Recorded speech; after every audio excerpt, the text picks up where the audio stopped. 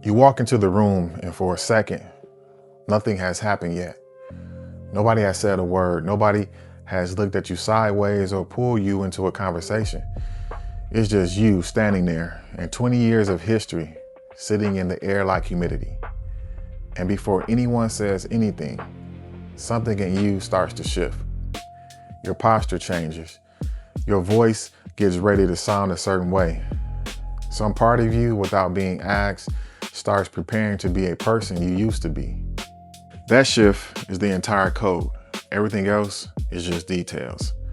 Summer brings the reunions, the cookouts, the trips back home, the group chats that suddenly get active again after months of silence. And every single one of those gatherings is going to ask you the same question without ever saying it out loud. Who are you now? Who are you for real? I'm Chief. Welcome to Chief Logic. The codes. We are on code 10. Reunion tests.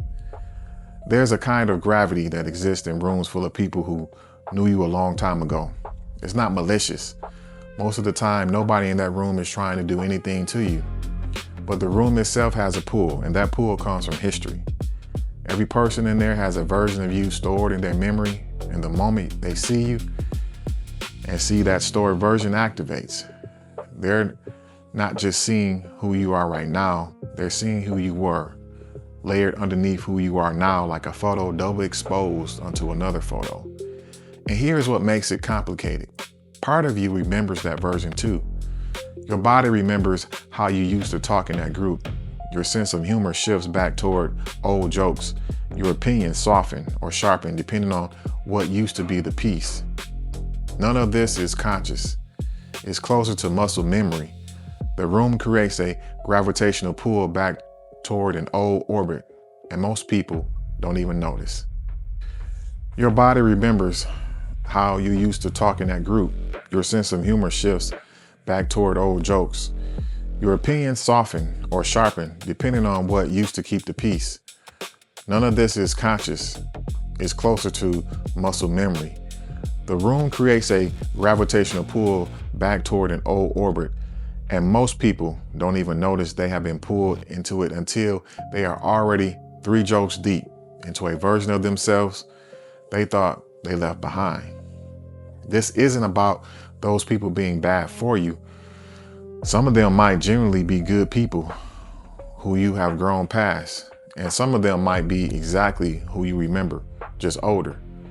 The point of this code is not to judge the room. The point is to notice the pull, because noticing it is the only way you get to choose your response instead of just falling into it. Watch how fast you can revert. Put someone in a room with people from 10 or 15 years ago, and within minutes, sometimes seconds, their voice changes, their laugh changes, the way they carry their shoulders changes. They start using words they have not used in years. Old nicknames resurface, old dynamics. Who's the funny one? Who's the responsible one? Who gets teased? Snap right back into place where like they were never gone. That's not fake, that's real. It's just old. It's a version of you that the room remembers, and without realizing it, you start performing for them. The test is not whether the old version shows up. It probably will, at least for a second. The test is whether you notice it showing up and get to choose if that's still who you want to be. A reunion is not nostalgia. It's a test of how much you have actually changed. When you walk into a room full of people from your past, 3 specific things get tested, whether you are ready for it or not. The first is your standards. The version of you that exists now operates by certain standards. What you tolerate, what you do, what you don't do, how you spend your time, what you talk about, how you treat people and let yourself be treated.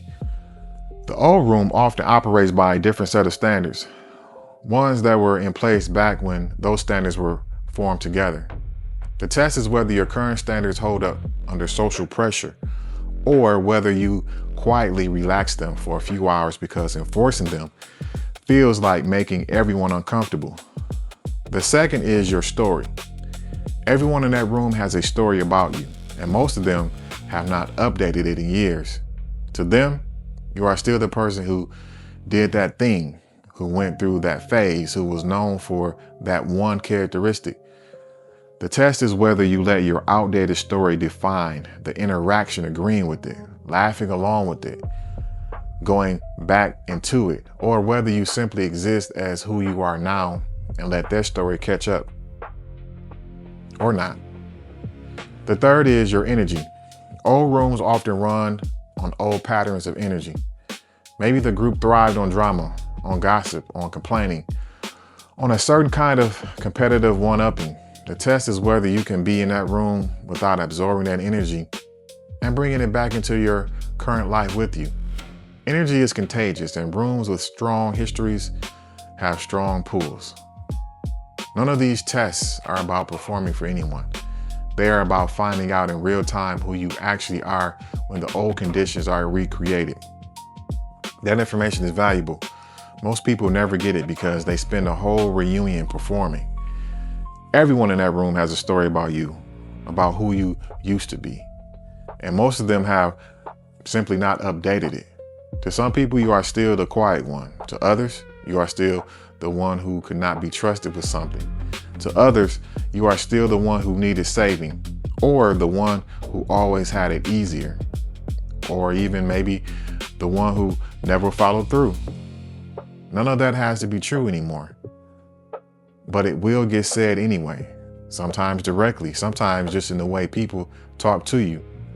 The assumptions baked into a joke, the surprise in someone's voice when you mention something you have built. You don't have to argue with the outdated story.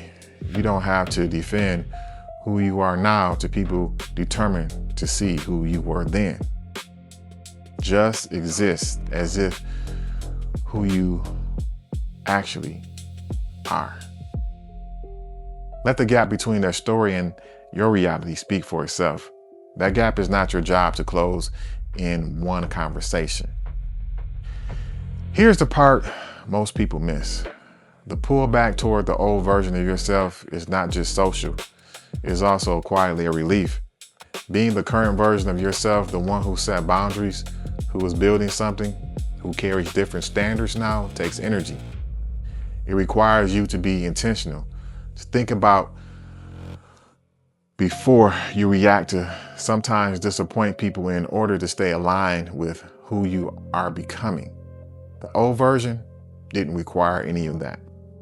The old version was comfortable precisely because it didn't ask anything of you. It already knew the script. It already knew the jokes, the roles, the unspoken rules. Slipping back into that part of you for an afternoon feels like taking your shoes off after a long day. It's easy, it's familiar, and just for a few hours, it asks nothing of you. That relief is real. It's actually why the pull is so strong. It's not because the old version of you was better, because the old version of you was easier to be, even if it was not who you actually want to be anymore. Recognizing this takes the moral judgment out of it. You're not weak for feeling the pull. You are human and the pull makes sense. But understanding why the pull exists gives the option to feel it, name it, and choose something different anyway. Here's what nobody warns you about. The cost of slipping back into an old version of yourself does not show up in the room. It shows up 2 days later. You're back in your normal life, back in your normal routine, and something just feels a little bit slightly off, a little heavier, a little more irritable. A conversation you would not normally let bother you was bothering you. A habit you had under control feels harder to manage than it did last week. Most people don't connect that feeling to the reunion, the cookout, the trip home. It happened days ago. Why would it still matter? But you brought something back with you. You may be asking, what did I bring back with me? An old energy, an old way of talking to yourself, an old comparison or competition that got reactivated in that room and never got turned back off. Regression does not announce itself. It just quietly rides home with you and unpacks its bags in your week. So how do you walk into that room and come out the same person you walked in as?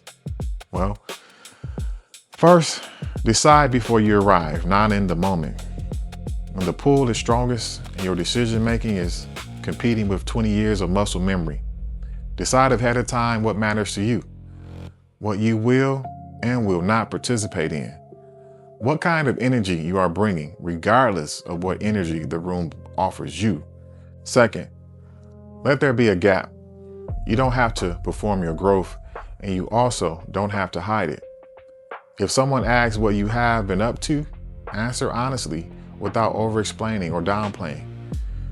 The gap between who they remember and who you are now does not need to be narrated.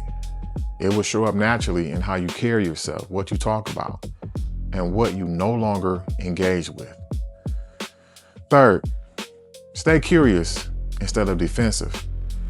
If old dynamics try to activate, someone teasing you the way they used to, a topic that used to create friction, you don't have to react the way you used to react.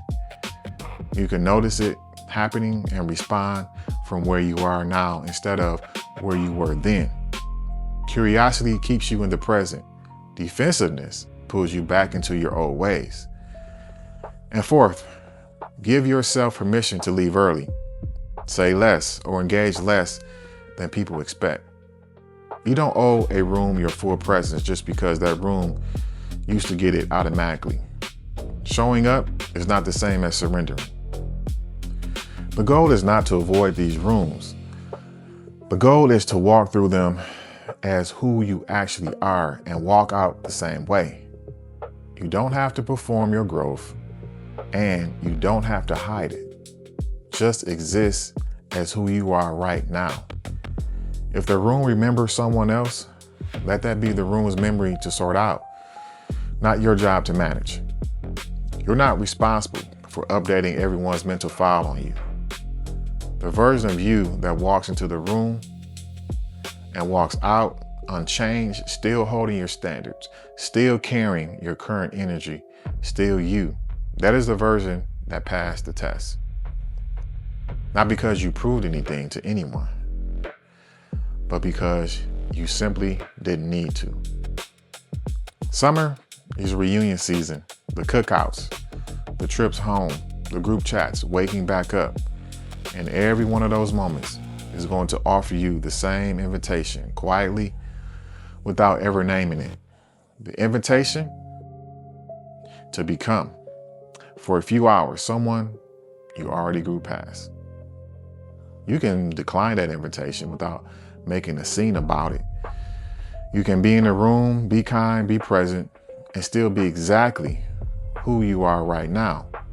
The old version of you does not need to show up just because the old room did. A reunion is not nostalgia. It's a test of how much you have actually changed. You don't have to pass that test loudly. You just have to pass it quietly by being who you already are and letting that simply be enough. If you have got reunions, trips, or old group chats lighting up this summer, and you want to walk into those rooms more grounded, my book can help with that. Chief Logic, 50 Quotes for a Life of Purpose and Power, available now on Amazon and Kindle. 50 quotes, final thoughts, and journal prompts built to help you stay rooted in who you are, especially in moments designed to pull you backward. Link is in the description. Go get it. Your journal prompt for Code 10. Think about a room from your past that you might find yourself in this summer. Write down who you tend to become in that room. Then write down who you actually are right now. Where's the gap the biggest? And what is one thing you can do differently the next time you're in that room? You don't need a different room. You just need to walk into the same one differently. Think on that. Stay sharp, stay grounded.